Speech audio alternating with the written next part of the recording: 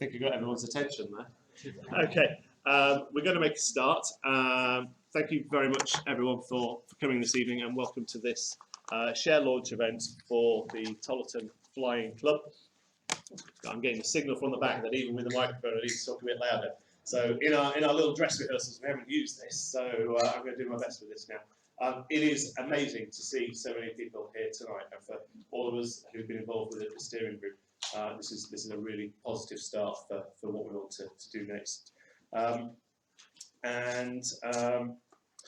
For all of us, we've been working hard to develop some plans, and those plans are really important because over the last 18 years, 13,000 pubs in this country have closed down, and in the last 6 months, a further 235 pubs across the country are thought to have closed, and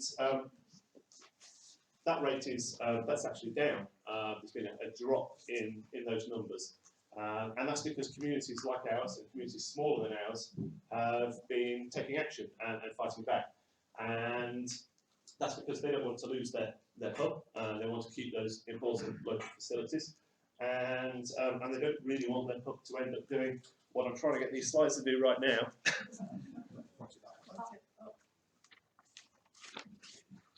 You know what? You know what we can really do with an air hostess giving the signals of how to do this. So I'm working really hard to press this button because actually what we don't want to see happen. Not my slides. That's what it feels like, doesn't it? So, can I have someone from the steering group to go press buttons for me? Absolutely. Go over to that corner. It's not on that one. Is that one over there? I'll repay the favour in a video.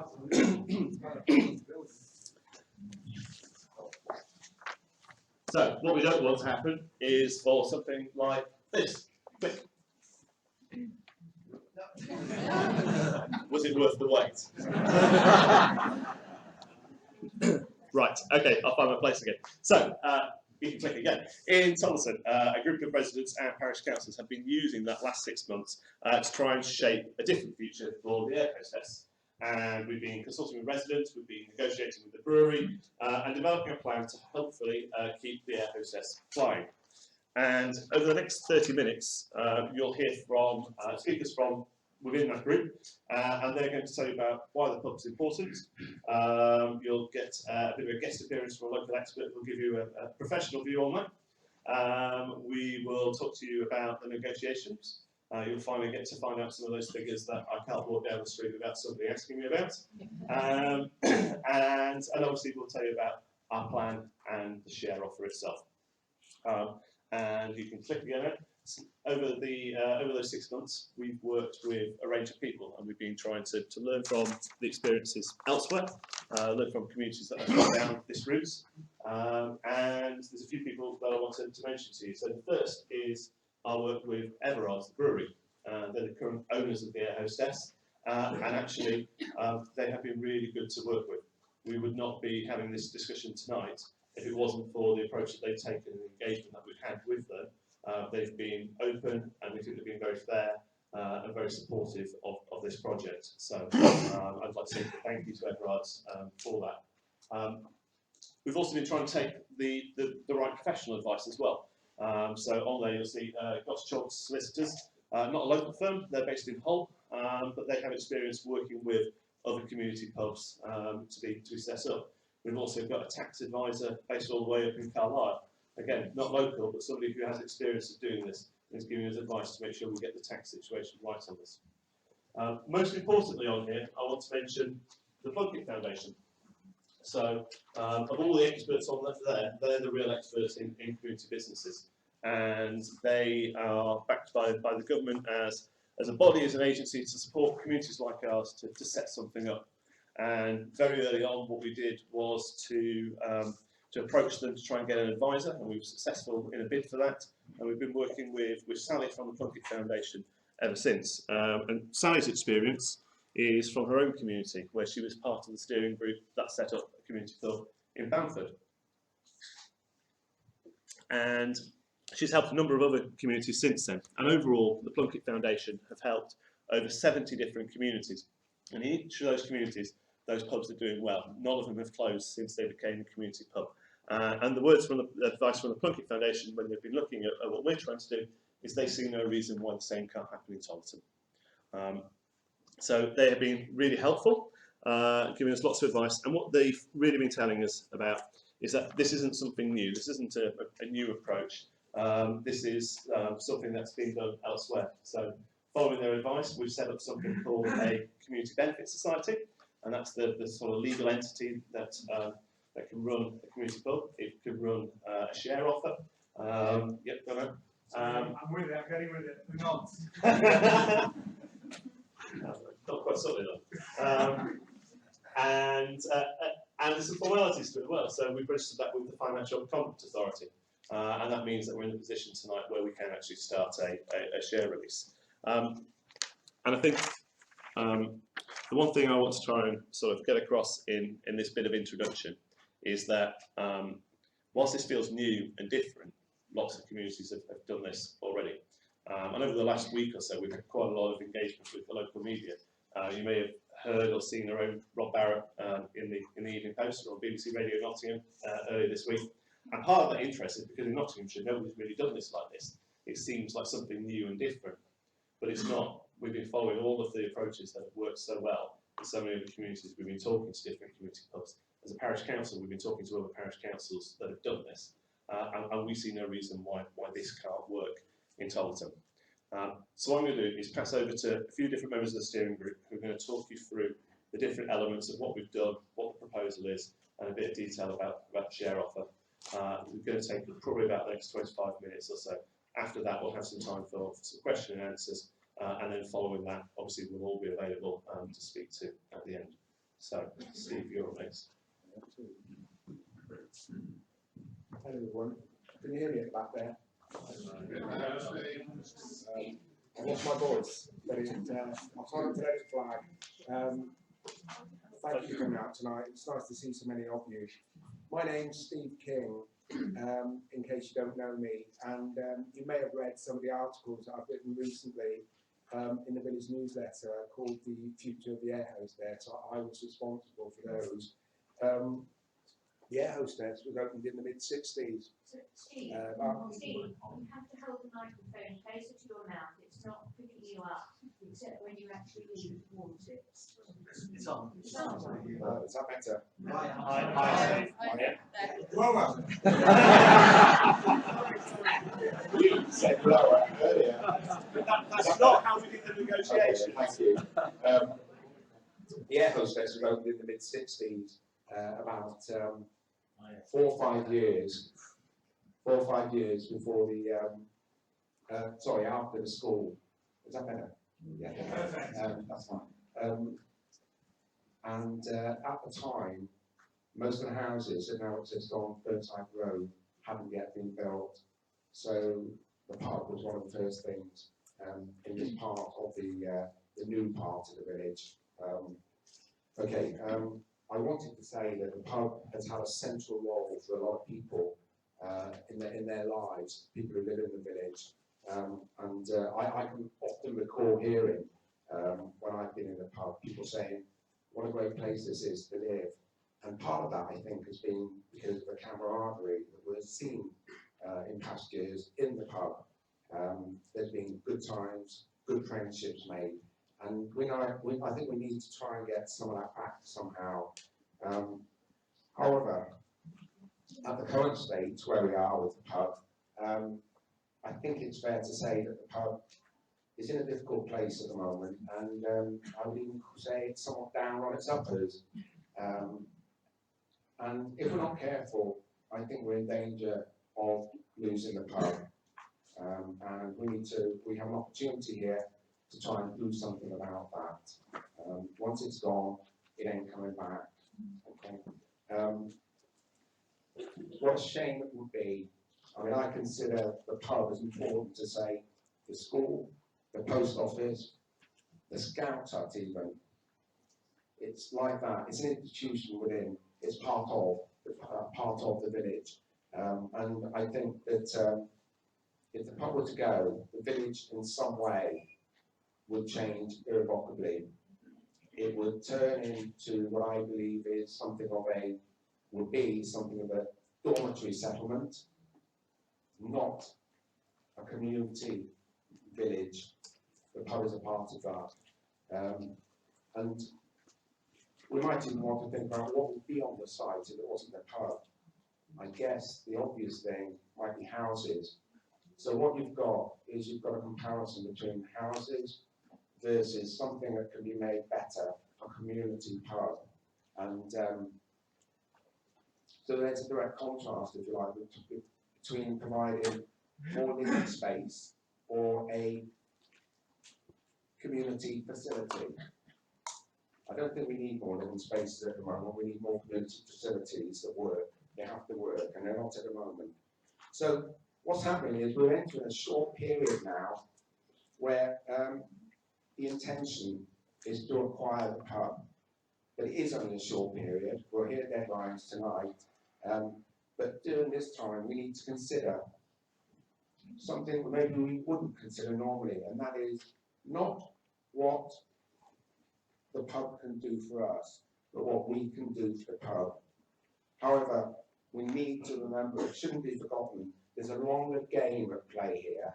If we are successful in purchasing, acquiring the pub, we then have to make sure that it remains successful. It has to improve in some way, but we need support, ongoing support into the future. And it's a kind of two-sided deal. If we don't improve it, it won't work, people won't go. But that's what it is. It's not just buying it now. Okay, I want to finish with just a couple of things. The pub is one of the hubs that makes the village truly a community. We need to save the Air Hostess, not only for those presently living in Tollerton, but actually for future generations. I want a situation where I think it's such a lovely village. I don't have kids, but the kids I see, the young adults I see in this village, I think are fantastic. And actually, it's not easy to buy houses yet at their age. It might be in the future. I'd love them to be able to come back. Would they come back to a village with no pub? A dormitory settlement, not a community pub. My final point is the Air Hostess is physically smack bang in the middle of the village. The challenge we have is to place the pub at a central position in the life of more villagers. Thank you. I'm going to hand over to Chloe. Hi everybody, I'm going to take you through some of the survey results. So we took the survey back in June of this year. We sent the survey out to residents and also handed it out at the Tollerton Fair. We then used the survey results to help us make decisions on the steering committee, to help inform the business planning.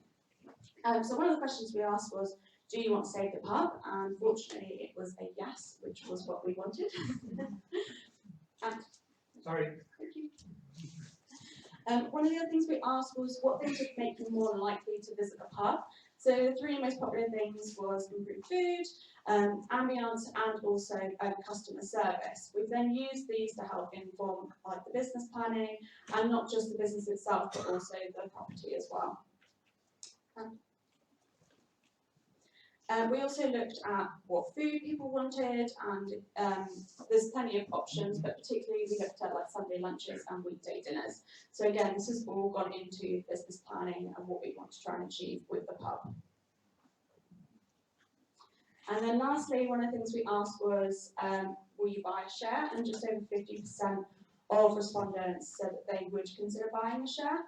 Now, if the whole village, if over 50% of the village bought a share, then we would definitely be able to make this project possible.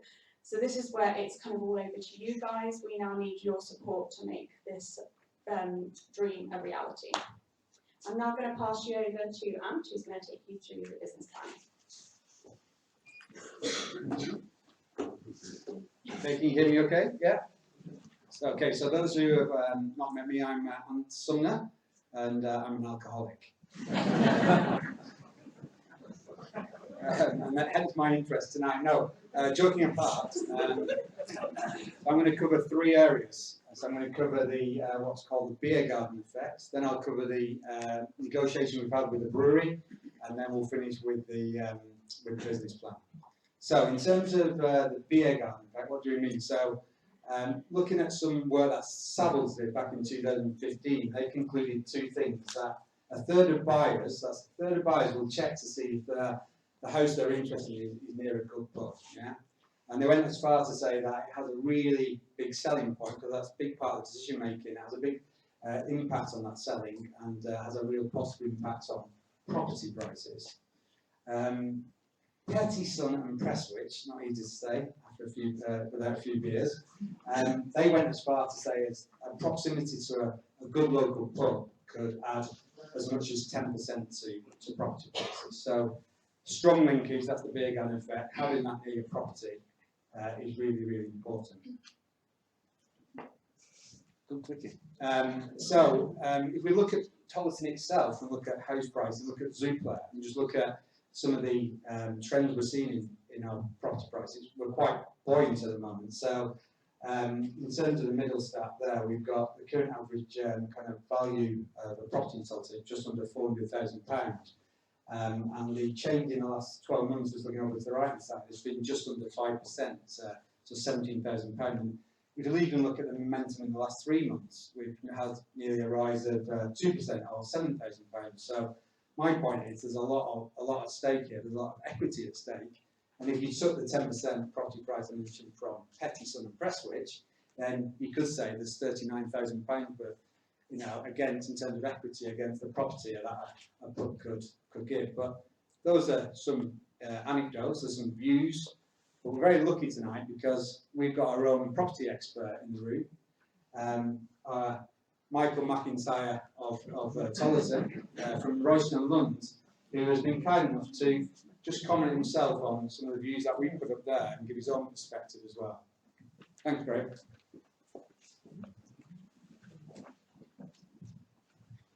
Hi, everybody. Yeah, so basically, I was just asked to give my opinion, my view as to what could happen with house prices. Would it affect it greatly? And what I did was a little survey to find out what the most common questions were when we got people asking about, I want to go to a village, I want to buy a property in a village. The key one I think that came out was clearly schools. You know, I think that is the number one thing that people look for, the Ofsted rating of that school. Then very close behind that was facilities. So whether that be a post office, shops, or a community pub, a village pub where you could be part of the community. And I think that was the next thing that people look for, is the village a community. And we looked at some similarities with a couple of villages that we sell in as Royston and Lund. And we came up with Weissel and Willoughby. Willoughby has a great school, Weissel has a great pub, and we asked a few questions to people, and they said, and we noticed there was a trend that we get more money for properties in Weissel than we do Willoughby. And when we went to people and said, why don't you want to buy these houses, quite often it was because it doesn't have a pub. And I think that's quite significant, and it's all about supply and demand.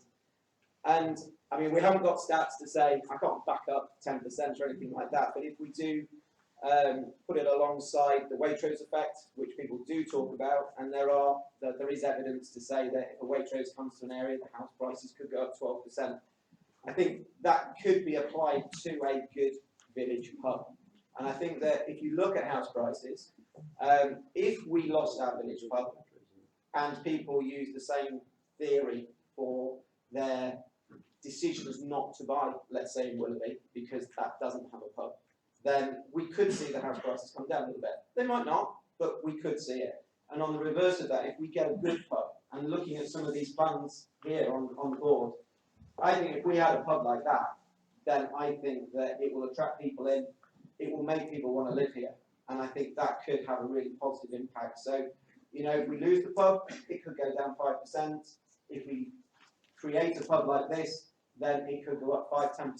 So I think there is a swing, and it does back up what you're saying. Yeah. And I think that if we all support it, then it could have a really positive impact on house prices. Thank you, Graham. I think you deserve a round of applause.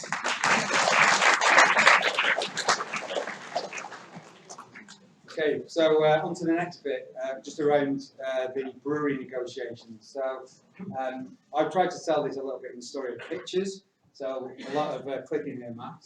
So first of all, we couldn't come out tonight without a reminder of our Boris Johnson. But the thing is here is, what are these two kind of groups got in association? So Boris Johnson and then the steering group committee. And the thing is, we'll do one more. We both had a common deadline to hit in October. So in terms of the Air Hostess, it was listed back in August 2017 as an asset of community value. And whenever I was decided to sell the pub, then the parish council, Tollerton Parish Council, exercised the right to bid for the pub.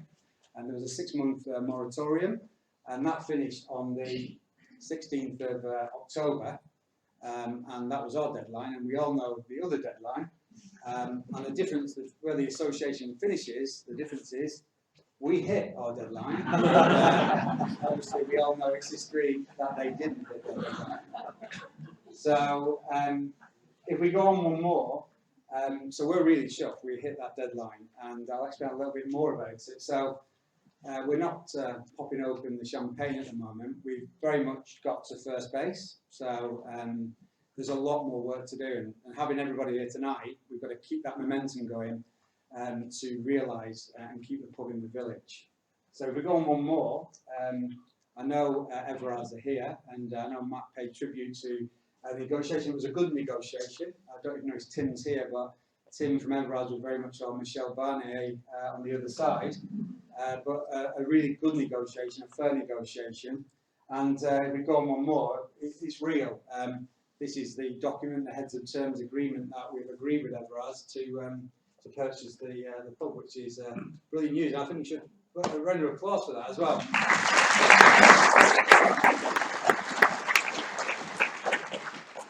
If we go on one more, so in summary, we negotiated fairly with Everards, and we got what we felt was our best price. We're very clear on the terms of that deal, and so are Everards as well, and what that comes with. The kind of next dates that are very imminent after the share offer is the 10th of January, where we hope to exchange contracts, and then on the 31st of January is the target. 31st of March, sorry, that's quick, is the target completion date. Now, we think we can improve on that. I don't think we can improve on it to the 31st of January, but we can definitely, with the momentum in this room, we can beat that date. Okay, so final bit from me was on the business plan. So I think if you remember anything tonight around what we want to drive around the business plan is the BFG, not the big, I said, big friendly giants from Roald Dahl, but 3 principles we want the pub to be based around. We want it to be best for 3 things. So we want it to be best for beer, we want it to be best for food, family, and we want it to be best for grub, or great food. Yeah. And what do I mean by that? So in terms of beer, real ales that are drinkable, offering lots of variety throughout the year. We want the focus to be absolutely on family, but it'll cater absolutely for all ages, and we want great customer service to be at the heart of the pub. And then in terms of food, which is really important, that you heard from the survey earlier, let me tell you what it won't be. It won't be pretentious. It won't be unrecognisable ingredients. It won't try and be a MasterChef type pub. What it will be is it'll be based on really good hearty food and homemade classics that we all recognise. And that's our principle. So the BFG is what the whole business plan is based around. Now, if we go on one more slide, to show that we just didn't come up with that kind of, playing with pictures, we've done a lot of work on the business plan. So you'd be glad to know I'm not going to go through this slide because there's a lot of detail on it, but you can see we started from what the survey said, so what you said as a community, into what the proposition should be, the business plan, how that then drives and affects turnover, and then modelled it all the way through to gross and net profit and the margin on the pub. And we're very confident the pub can be absolutely sustainable and earn a very, very good profit.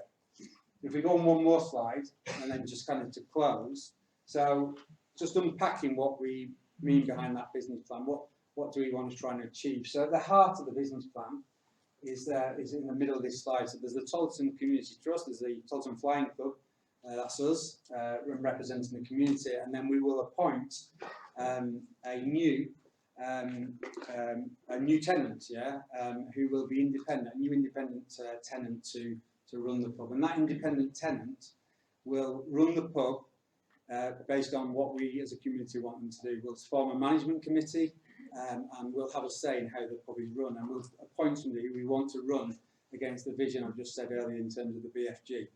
If we show some maybe illustrations of some of the things we've thought through and what we would like to achieve with it is we've got a vast car park, which is a fantastic space, which we just build this on, is we're going to, break up and make into a bigger garden terrace area where we can enjoy in the summer. We're going to look to extend the pub if we can raise the right share capital tonight and the funds that we'll talk about and Rupert will talk about in a minute. And we're looking to extend the kitchen. It probably won't look like that, but to provide the covers that we need. We want to have a locals bar as well. We want to look at bringing back the pool table. And the other thing is...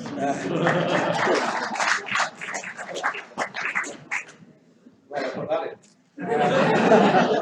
And then we also want that recognisable menu we talked about earlier, that people, those hearty food, that homemade classics. We want to retain the music, or bring back the music.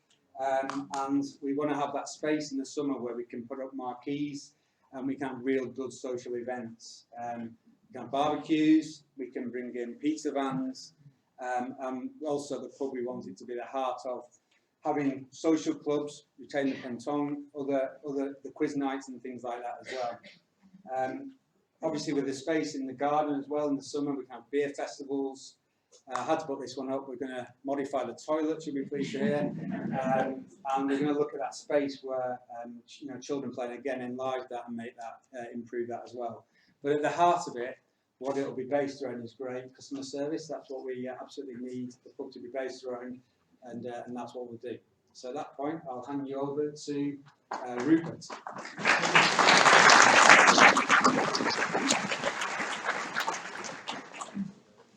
Thanks very much. Okay, we've heard from a number of people this evening about how important it is to keep a village pub at the heart of our community.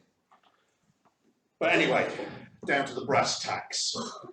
What's it going to cost, and where are we going to get the money? Okay. Well, on the cost side, first of all, the negotiation that we've settled on is to buy the pub for £295,000, which I think is a very fair price.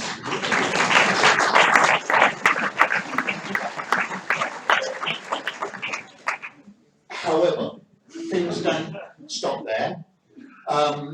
In addition to the purchase price, there are about £25,000 worth of stamp duty, surveys, legal fees that we need on top of the purchase price.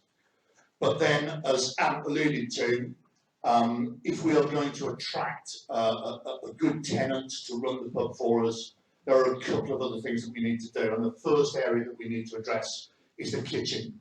Simple fact of the matter is that the kitchen at the moment within the pub just simply isn't big enough to operate as a proper commercial kitchen to do a reasonable amount of orders to serve the kind of food that Ant was talking about. So we think it needs about £45,000 worth of investment to take us to a place where we've got a properly sized, properly equipped commercial kitchen to serve good food in the pub. The next area that Ant referred to were the toilets and the refurbishment. I think we can, the less said about them, the better, I think. And then, in addition, we'll need to do some refurbishment and some new fixtures and fittings. So that brings us to a figure of £400,000 that we need as an absolute minimum to keep the dream alive, so to speak. So where are we going to get that from? Well, the Parish Council have agreed that they will invest £150,000 of what's required for a half share in the pub. On top of that, the Parish Council can also secure loan funding to the value of a further £100,000. So that takes us to £250,000. So big chunk. After that, we can go to the Plunkett Foundation that Matt mentioned earlier, and we can obtain a £50,000 grant from them. But along with that grant, we would need to take out a £50,000 loan. And those two things are only available to us if we, as a community, can match fund it. That means we need to raise a minimum of £50,000 in share capital. So if we can raise £50,000 in share capital, we can get to our bare minimum position. But if we want the BFG that Anna's talked about, and if we want to create a sustainable model for the future, then we need to go beyond that. What we need to do is invest about £80,000 to build the extension kind of artist impressions of that you can see around the room. Thank you very much, Tracy. To give us the kind of space that we need to put on decent music events, to find a corner for a pool table. We just simply need that space. And on top of that, there'll be a further £40,000 that we need to build out the terrace, to do the landscaping, to create better children's environment, all the stuff that Anne showed the pictures of. So the reality is that what we really need is a further £120,000, and that can only again come from share capital. So our actual target, what we're trying to raise, is £170,000. That will get us the BFG that Anne talked about. So, sounds like a lot of money. It is a lot of money, okay? But I'd like to think about it in the context of if all of you are planning on hanging around for the next few years, if you look at this over, say, a 5-year term, and you were to invest £500, that's £8 a month. That's the same price as Netflix. So what do you want? A pub or Netflix? Your choice. Okay? What I'll do now, leaving you with that thought, is I'll hand you over to Claire, and she will tell you how you can invest. Thank you very much.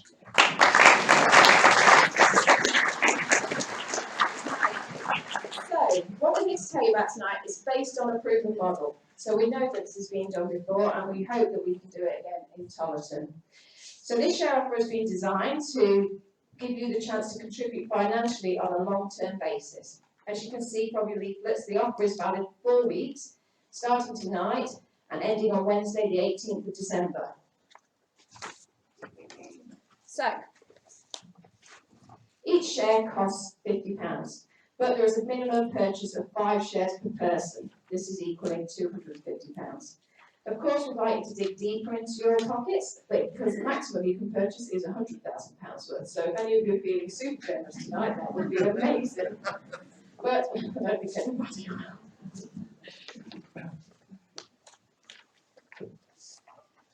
So, what are community shares? They're slightly different to an ordinary share that you would buy because they have been ideally suited to a community-focused organisation such as what we're doing. First of all, they're withdrawable, so you can get your money back. Unfortunately, there are some circumstances with this. You cannot remove your share value within 3 years of the share offer, and then when you do want to remove the money, you have to give 3 months written notice, to the management committee. They are non-transferable and cannot be sold, but of course they can be sold back to the society, but not to anybody else. They cannot increase in value, and each member just gets 1 vote irrespective of the value of their shares. So if you bought £250 worth, you still get the same voting rights as somebody who bought £5,000 worth. So, what do you get in return for your shares? First and foremost, you get a pub. That's good, isn't it? You get to be part of something special that has been done successfully in other parts of the country. You'll help to keep the only pub in Tollerton that we have, and without it, the village would lose its heart. Secondly, you get a lovely share certificate. This isn't the real one, this is just which you can hang on your wall at home and look at. And if you forgot that you bought a share in the pub, when you go down to the pub, you'll get your name on a brick in the wall. So when you're having a drink, you can stand there and just remember where all your money's gone. So this is giving you a financial dividend, a social dividend. Financially, this is what everybody wants to know, you may receive interest on your shares, but of course this will be done at the discretion of the management committee, but also taking into consideration you as shareholders, your thoughts on the matter at annual general meetings. And again, this will only happen after 3 years of operation of the pub.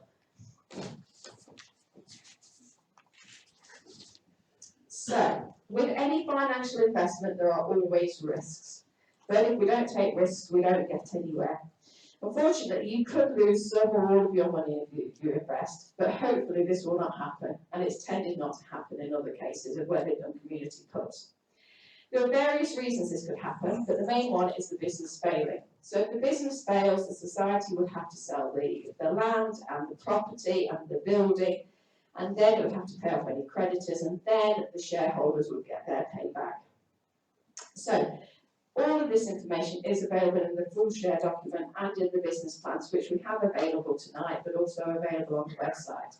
But of course, if anybody has any concerns, you should seek independent advice. So, it's as easy as filling in a form. In each of your packs, you've all had a form. And we've already got some people who have already filled the forms out and given us cheques for their shares. Now, we take cheques or bank transfer. We have some pay stations at the back of the room. And of course, there's lots of us steering group members here who are happy to answer any questions that you might have regarding putting your money into the share scheme. So thank you for listening, and we look forward to welcoming you as shareholders.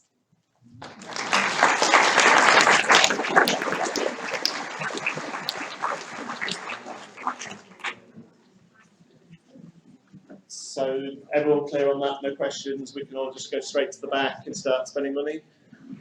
Go on then, who's first? I'll come to you, Catherine, in a second. There's a gentleman behind you who's just before you. Can you just explain the Tollerton Flying Club? I don't understand quite where they fit into this. So the Flying Club is the name of our Community Benefit Society. So the Community Benefit Society is what you'll be taking out shares in. So you would be a member of the Flying Club. You might want to think that it's a Captain's Club, the Mile High Club, whatever you want, whatever pun you want to have around it. But basically, it was something to tie in with the name of the pub, and that's the organisation that you're going into. That will be the body that owns 50% of the pub. Okay. Catherine. Maybe asking something that's in the business plan, I haven't seen it, sorry, but you talked a lot about what it would cost to buy the pub and make it look how you want it to look. Is there anything in the business plan about operating costs and how you might reduce operating costs? And are you looking for anything like support from us, like, I don't know, volunteering behind the bars and things like that? Or is it just a share? So I've got a bit of a system here where I'm supposed to look at the people over here and they're supposed to nod or shake their head, and Rupert just started laughing, so it's me, isn't it? So, Rupert. Okay, the reason I was laughing is because we thought long and hard about whether to include the OPEX forecast that we've already done within the business plan at the moment.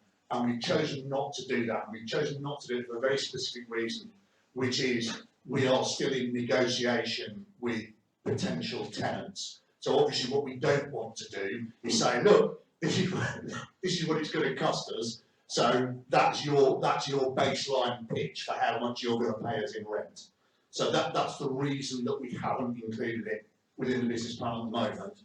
But we have crunched the numbers and we will include it in the business plan once we've got a tenant on board.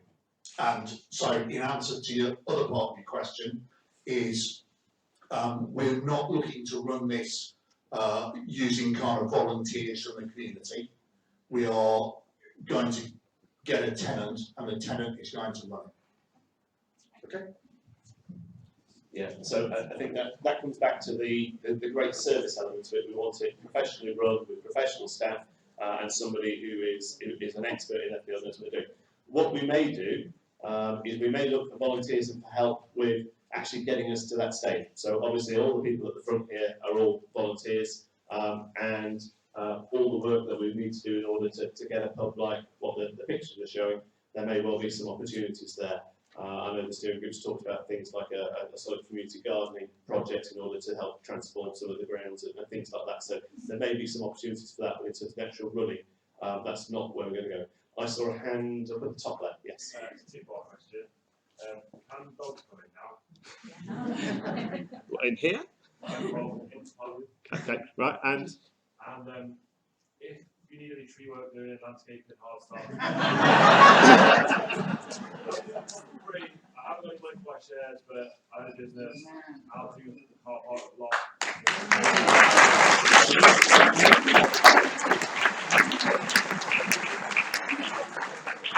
If anyone wants to do so I was initially going to answer your dog question with that will be up to the tenant, but I think we'll now say the tenant will have to let dogs in. Yes. I'm still a little bit confused about the structure. You said it was a registered society, Yes. but you're also saying it's Tollerton Flying Club Limited, which is a company. I don't quite know how those work. I'm not sure which of them we're buying shares in, and if it's a company, I'd like to know what its aims and objectives are, and whether those are limited to the pub or whether it includes. It's just all a bit hazy. It's probably in the stuff online, but I don't understand it. And the other part of that question is, can you confirm that the name of the Flying Club has nothing to do with the airport? The name of the flying club has nothing to do with the airport. In terms of the rest of your question, I'll take it. And it was a source of frustration for me a few weeks back when we were going through the process of registering the Tollerton Flying Club as our community benefit society. And we went through our advisors, we filled in all the forms, filled them in triplicate, got the number of signatures that we needed to have on all of that. Sent them in, and then actually it was the Financial Conduct Authority that came back to us and said that in order for the form to be processed, we had to include the word limited. And like yourself, I would have thought that meant a limited company, but that was the advice from the Financial Conduct Authority that we had to include that word. The legal structure, the legal entity is a community benefit society, and all of this is detailed in the business plan, the fancy-looking black book that we'll be giving out very shortly. I think, Matt, the other reason is that community benefit society has limited liability. So it's not a company in the same way a limited company is, but it has limited liability. That's part of what a community benefit society construct is. So it is a community benefit society, and that's why it's got limited at the end. I saw a hand over to, yes. Can I just ask, I understand that the people are putting the money in to buy the pub, but you're having a tenant in who will be running and paying you rent. Yes. So how does the community get involved if perhaps you don't like the way the tenant is running it? Do you have some committee that will object what they or not necessarily object, but suggest things they would rather have? I mean, or once the tenant's there, is that up to him to run? Becoming a shareholder, you become a member, and as a member you get to attend the annual general meeting where you'll be asked to vote on various things that can be to do with the pub. So, and if there's anything that you particularly think needs to be changed or anything, then again that can be voted on, but it will have to go through the management committee and then from the management committee to the tenant, rather than as members and shareholders you just go straight to the tenant. It has to go through that sort of process. Okay. Okay. Together with putting money into said pub as community, you're getting a tenant in to run the pub on a rent basis. I'm assuming that tenant would then take the profits. Yes. Yes, we do. Yeah. So basically, all we're doing is essentially renting out commercial at the end of the day, the business of the Community Benefit Society, we could choose to run the pub with a manager, we could choose to run the pub with a manager and volunteers, or we could choose to run it with a tenant, in which case, yes, it is more of a property relationship than a sort of management relationship. And what we've looked at all of those models, and from all of our perspectives, we think that model has the least risk for us as shareholders and as a community benefit society, because most of that risk is sat with the tenant, because it's their business that they have to run. And also sustainability as well. We think it's sustainable with the tenant as an appointed manager and the effort from the community. When we keep that going over a long period, that would be a challenge in between that with the community club as well. With a tenant, they have an incentive to grow their business, to invest in it and to keep it going, whereas a manager may find a more attractive offer somewhere else, or it may be too hard. Just on the tenant basis, how far are you down the line with discussions, and are you able to share that with us? So I've spent the last 6 months stonewalling people on discussions with the brewery, and I'm going to do exactly the same now on discussions with potential tenants. We are in discussion with some potential tenants, but there's nothing I can tell you about at this stage. Sorry. Yes, lady there. Questions, please. If you invest tonight, and unfortunately you're not able to proceed because you don't get enough investment, but you will get that money back. Yes. And also, secondly, your list of costs for potential development, my experience, builders always go over. Have you got some slack in there? Yes, you would get your money back if it all failed, and if we didn't get the money, just do it, then the whole project would just go out the window. And yes, there is some contingency built into the pricing. When you say don't get the money, is that 170,000 or 50,000 or something in between? So, in the first instance, if we don't get the 50,000, then we're in trouble. It's that simple. There's no point trying to gloss over it. That's the reality. If we get 50,000, we can move forward. But what we genuinely feel is that we need the 170 to get us to the place that everybody has said the pub needs to be. When you've done all this external extension, will it reduce the car parks since everybody parks on the road? So the proposal is that we will have the amount of car parking that we're required for planning permission. But at the moment, I can't think I've ever seen that car park full as it is, so we know the scope to reduce it further. Equally, the church, which you wouldn't think would get super full, but of an evening that does get full, and cars do park down the road. Ironically, not using a big car park that's directly opposite, but that's no matter.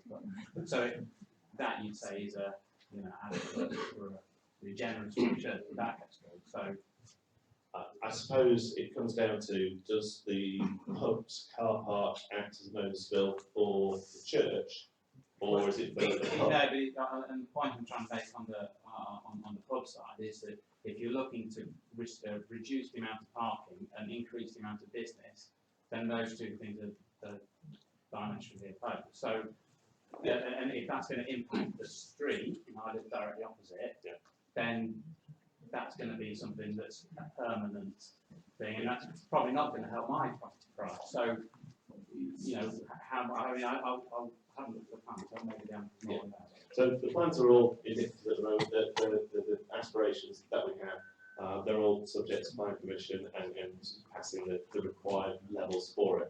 I suppose at the end of the day, we want this to be a community pub for all of you, and actually we want it to be profitable and sustainable. We don't want you driving. So to get the 170,000, based on the responses from the survey, about 52% of people say that want to invest. How much do we need to invest? What's the mean value? However much you want is the simple answer. Do we have the question? Yeah. Okay. So the question was how much should we invest in order to get the money that we need? Paraphrased, yeah? Yeah. To which the answer is as much as you can give us. the bucket maths that we did says if the 52% of the people that responded and said that they would buy shares, if they all bought the minimum, that would get us our £50,000. Now, there are two things to add to that. Firstly, there are more people here this evening than there were that responded to the consultancy. So hopefully that increases that number, and hopefully there will be some people that are able to donate more than the minimum. And what we can also say is we are already up to £7,000 worth of investment. So the minimum is now only £43,000.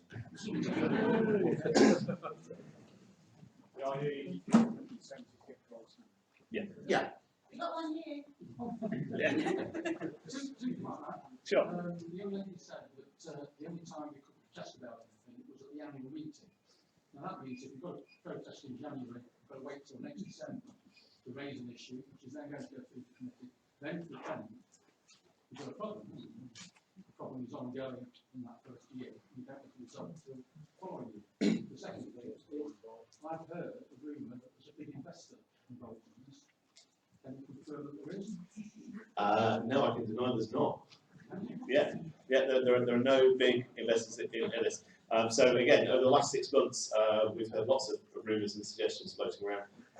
What you're hearing from us tonight is the facts of it all. There are no big investors lined up at the moment. Though if someone wants to come forward with a big investment, then I'm sure Rupert would like to speak to them.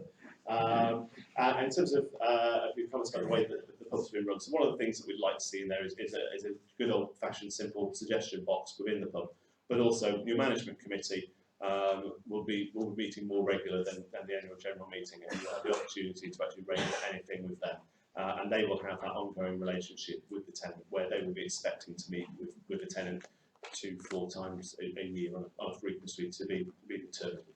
Hopefully, we get it right, and there are none of those issues anyway. But yeah, there'll be the opportunity. Yes. How will the management committee be formed? How would the management committee be formed? So initially, the management committee will be formed for the very first year from the steering group that are up here. That was a part of the process for registering the society. After that, it's one member, one vote. There'll be an annual general meeting. Anyone who's a shareholder can put themselves forward to be on that management committee, and it will be down to shareholders to elect that management committee, which will be of around about 12 people. Yeah.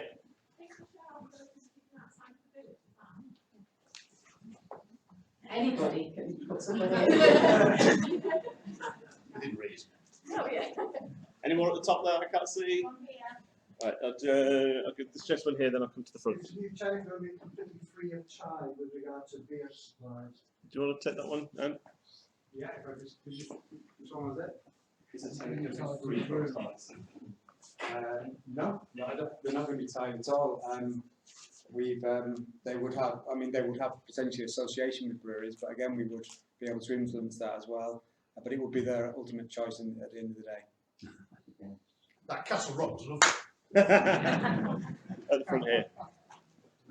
So will the plans be considerate of the neighbours that are in the immediate vicinity? You might know that I live right next door to the pub, so the plans have a particular impact. I haven't seen them in detail, but there are probably some simple things that should be considered, like the live music. I don't object to, I enjoy it myself, but having double glazing and playing the live music with the windows closed would be helpful, and with the best of intentions as well, with any expansion, if the sort of public facing area is going to be closer to my sort of boundary, again with the best of intentions, like there is swearing and littering and things like that can happen, so how much of these considerations being taken into account?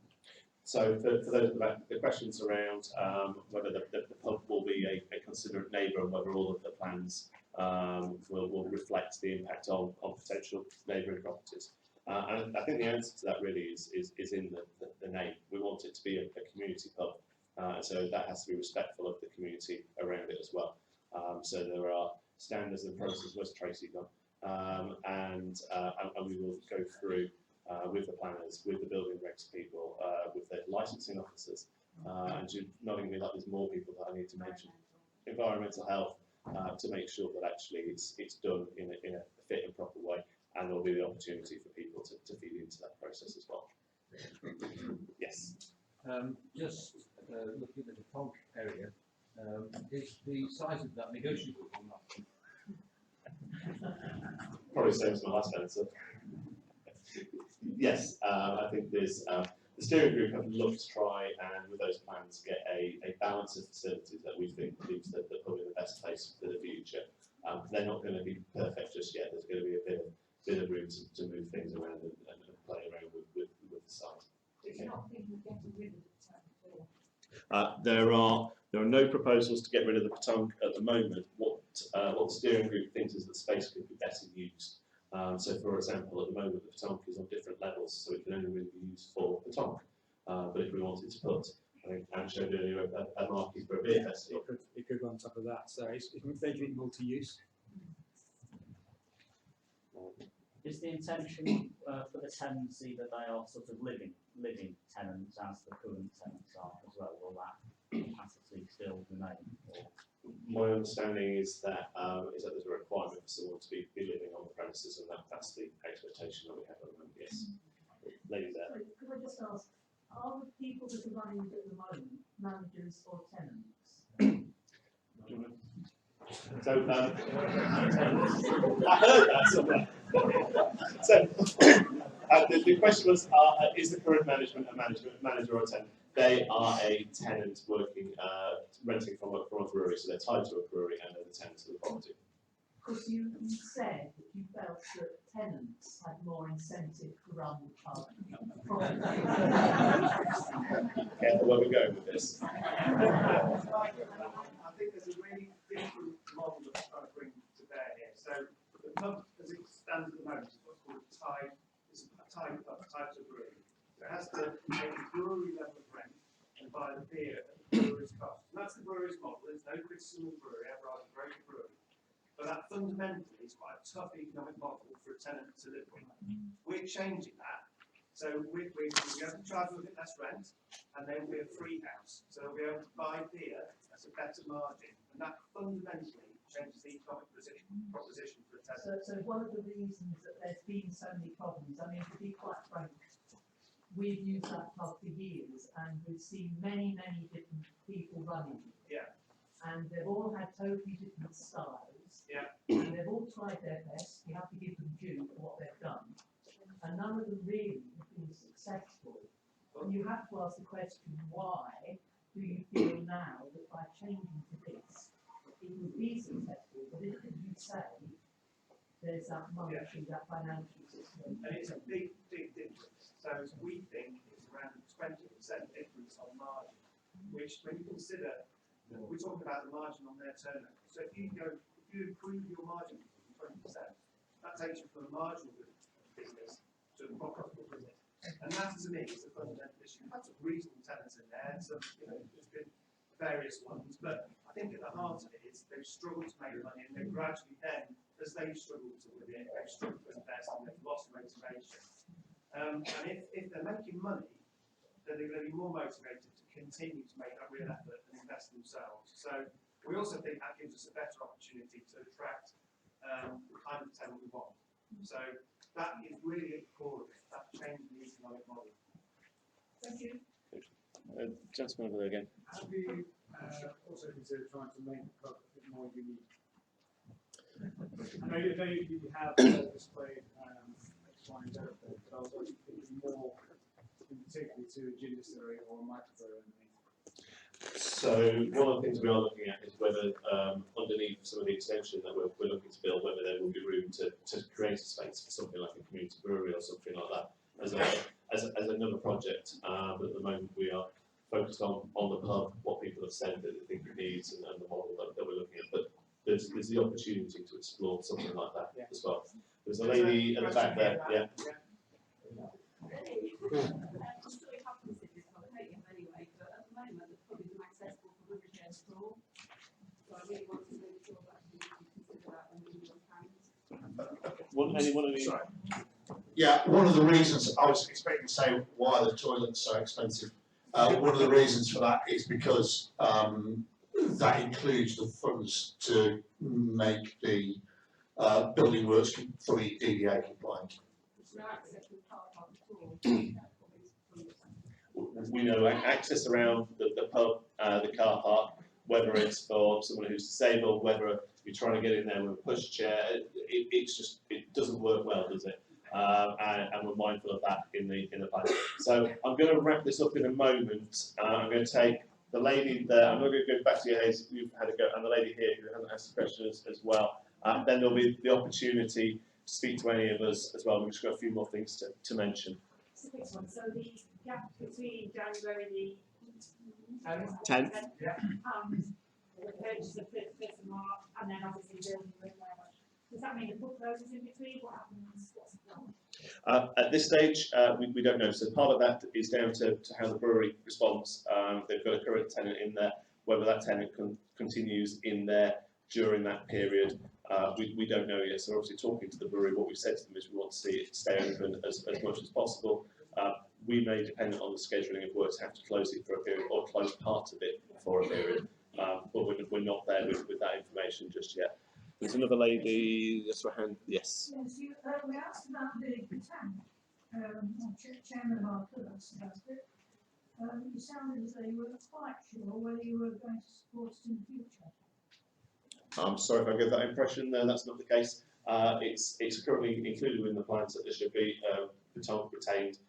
We know that the different clubs and activities that go on in the pub help to bring people in. In terms of the sort of operation side, that's all discussions with the tenant, but we certainly, in terms of the plans that are on show, are showing that there's baton retained at the pub. So, yeah. So we've got to the end of us talking. In a second, I'm just going to ask some of the steering group up here just to quickly, in a sentence, sum up why we need your support. Before I do that, I just want to make a couple of quick thank yous. So the first one is obviously to Tollerton School and to Mr. Rice for hosting us this evening.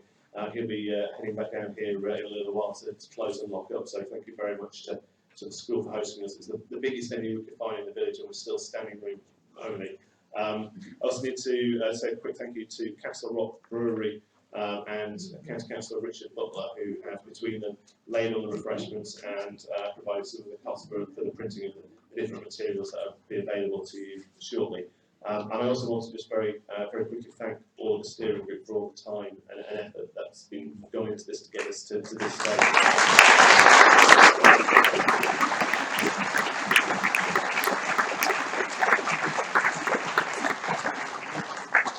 So, in a sentence, guys. This is for you guys. This is for everybody in the village, and we want to make this a successful pub. Please buy some shares. I've done a lot of work. Pub or Netflix? Pub or houses? I think I just finished by saying just remember when the pub's gone, it's gone forever. So you know you can't bring it back. So our ask tonight is big deep and let's raise that 170k. One chance, please take it. Thank you very much for coming this evening.